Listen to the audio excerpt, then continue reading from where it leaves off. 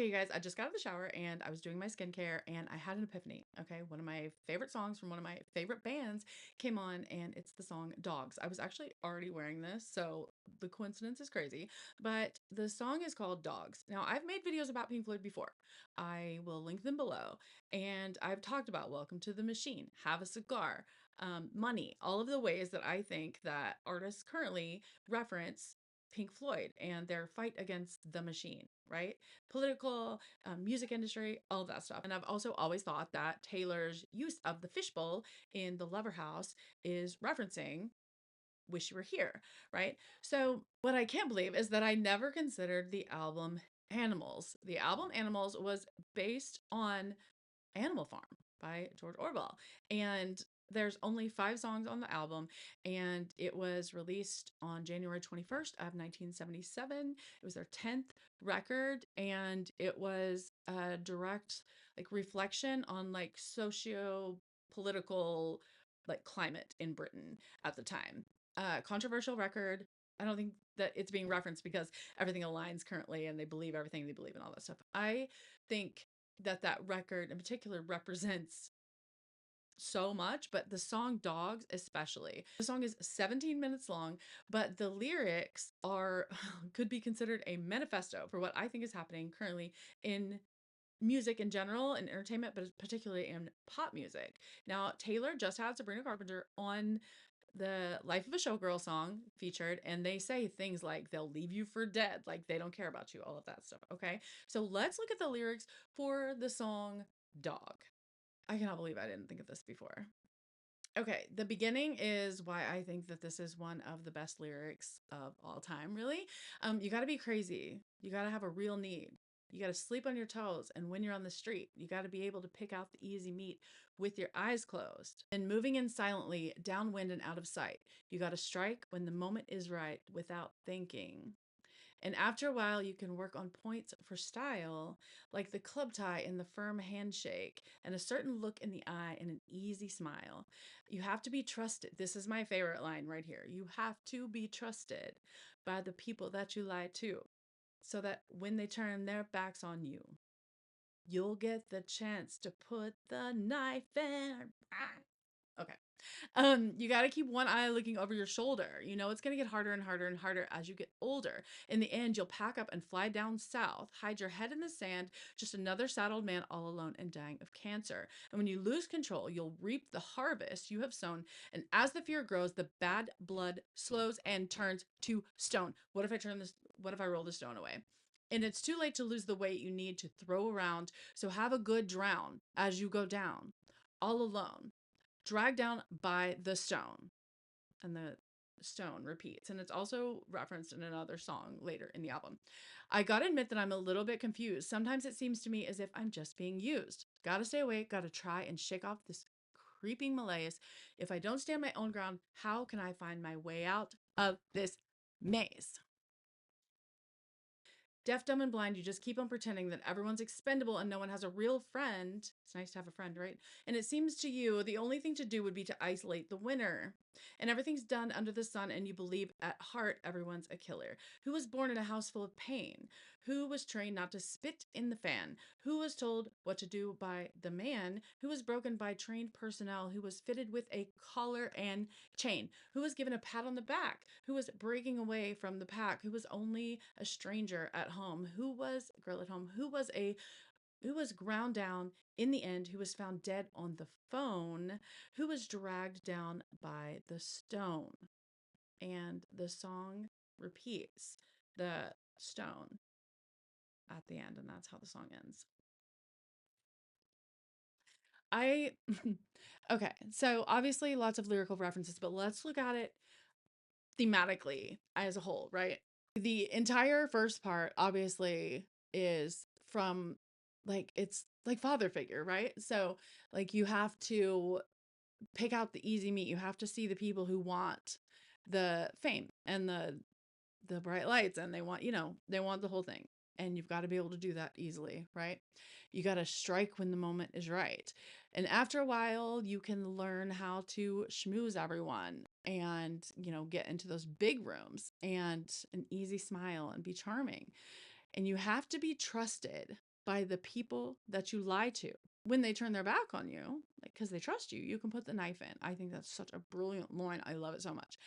And, as you get older, and side note, this is funny because I just watched the film that just came out with George Clooney on Netflix, and it's literally about getting older in Hollywood as you're an actor and you look back and you have all these regrets because you like stepped on people to get there. And funny enough, when Taylor and Travis were in Italy and Travis was wearing like the checkerboard sweater, they were in Lake Como, and that is where George Clooney famously lives. Like, he's lived there forever. And when you lose control, you'll reap the harvest that you've sown, and the bad blood slows and turns to stone. So if we think of that in reference of what I think is happening in the music industry, if you don't know what I'm talking about, I have some playlists. New Romantics start here, and but I think people are working behind the scenes to make changes in the music industry, and that's why we've had so much exposure over the last few years. But if you think of this in the context of they're the man, right? Like, Taylor is the man. She told us she was the man in Sabrina. Like, what if she's the man? You have to be trusted by the people that you lie to. If you've watched my videos, you know that I think that they, as a collective, were planning to go up against the system.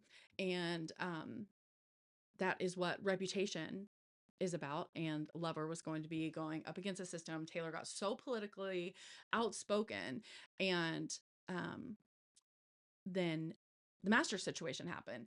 And so I think that is when she took the battle underground, right? Because every time she tried to get outspoken, she tried to do it in 1989. And then she tried to do it again in Lover, and she kept getting shot down by the system, by the same people, by the way.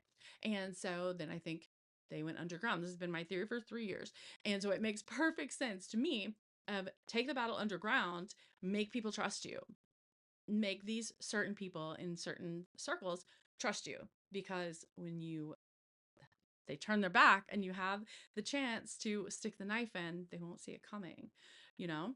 And then we see all of these things like You'll Fly Down South. Every single thing that we've seen from Taylor and a million other artists is going north, ascension, going up, going to heaven, right? They're not going down south. That's where Florida is, right? Florida is down south. No, they are going up, always up, north, and not east where the jokers are, and not west where the clowns are. The bad blood slows and turn to stone. Talking about like their physical bad blood, obviously, and then they die. But like, think about that in terms of all these statues that Taylor's talking about, and the statues crumbling, and then the song Bad Blood, and how bad blood relates directly to I Can See You and her master situation, right? And what if she rolls the stone away? What if she literally rolls away the stone of bad blood? Like, what that is about? Because I don't think it's about Katy Perry. I never have. And I think that a lot of Taylor's music has been telling the story. In fact, Bad Blood, who's the remix with?